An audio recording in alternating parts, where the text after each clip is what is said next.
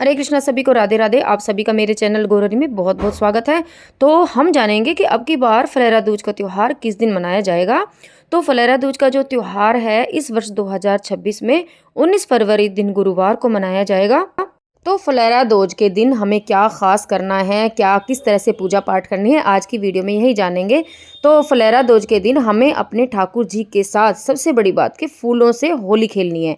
फूलों से होली इस दिन खेली जाती है। ठाकुर इस दिन जो है फूलों होली की शुरुआत हो जाती है और इस दिन हमारे ठाकुर जी का श्री राधा रानी के साथ गुप्त विवाह हुआ है। ये तो आप सभी जानते ही होंगे।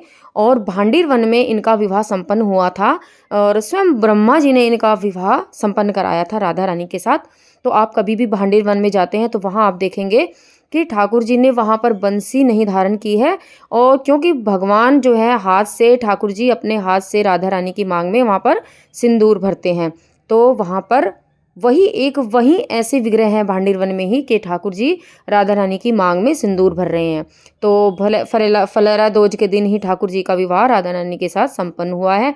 तो हमें भी अपने ठाकुर जी के साथ विवाह संपन्न इसी तरह से कराना है। अगर आपके पास राधा रानी के विग्रह नहीं है तो कोई भी फोटो भी ले सकते हैं, या आपके पास लड्डू गोपाल जी हैं, या आपके पास आपके आस पड़ोस में कहीं भी और कहीं आपकी रिश्तेदारी में ठाकुर जी हैं तो आप उनको भी घर पर बुला सकते हैं।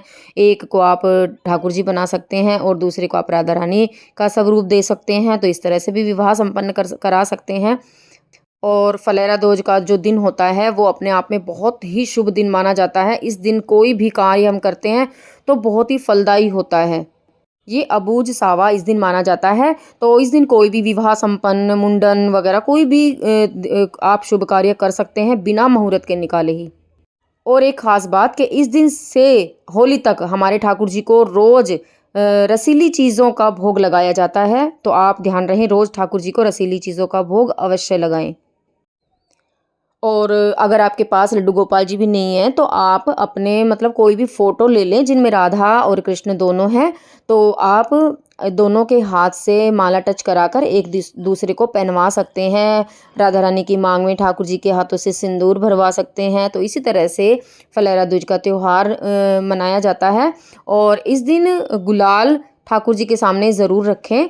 तो गुलाल हो सके तो आप घर पर ही बनाएं, क्योंकि बाहर के जो गुलाल आते हैं वो केमिकल वाले होते हैं। तो केमिकल वाले जो गुलाल हैं ठाकुर जी के लिए यूज़ ना करें, आप घर पर ही ठाकुर जी के लिए गुलाल बनाएं। गुलाल बनाना बहुत ही आसान है, बहुत ही आसान तरीके से गुलाल बन जाता है। इसके लिए मैं वीडियो अवश्य डालूंगी कि गुलाल किस तरह से बनाया जाता है। और एक ख़ास बात कि फलेरा दूज के दिन से ही ठाकुर जी की कमर पर एक छोटा सा एक कपड़ा लिया जाता है। कपड़े का एक कतरक टाइप, या आप सील भी सकते हैं, और उसमें थोड़ा सा गुलाल डालकर, अगर आप कोई कपड़ा ले रहे हैं, कतरक ले रहे हैं, तो उसमें थोड़ा सा गुलाल बांध कर और ठाकुर जी की कमर पर बांधा जाता है।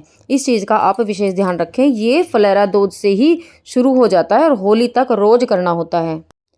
जब आप सुबह भगवान जी का श्रृंगार करते हैं, स्नान आदि कराते हैं, तब वो आप ठाकुर जी की कमर पर बांध दें।